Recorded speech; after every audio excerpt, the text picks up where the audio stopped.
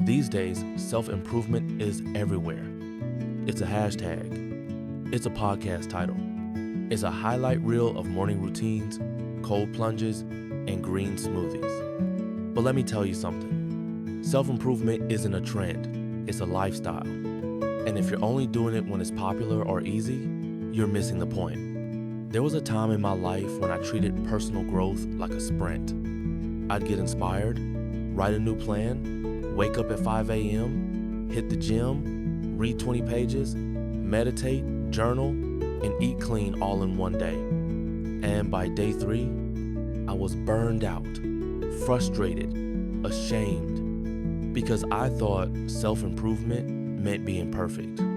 It doesn't. Real self-improvement isn't loud. It's not about who posts the most. It's not about hacks or trends or aesthetic goals. It's about who you are when no one's watching. It's choosing to heal when it's hard. It's showing up on days when everything in you wants to disappear. Self-improvement is quiet. It's brushing your teeth at 11 p.m. because you promised yourself you'd stick to a routine. It's walking away from toxic friendships, even if it means being alone for a while. It's telling yourself, I deserve better, and actually believing it. It's not sexy.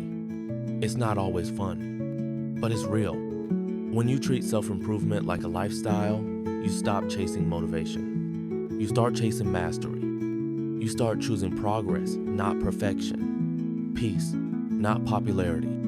Growth, not applause. Because this journey isn't about being better than someone else. It's about being better than you were yesterday. So when the hype fades, when the trends move on, will you still be doing the work? Will you still be showing up for you? Because the truth is, you don't need a new trend. You just need commitment, one decision at a time. Self-improvement isn't a phase. It's a promise, a quiet revolution, a daily choice to live on your own terms even when no one else gets it. And that's why it's worth it.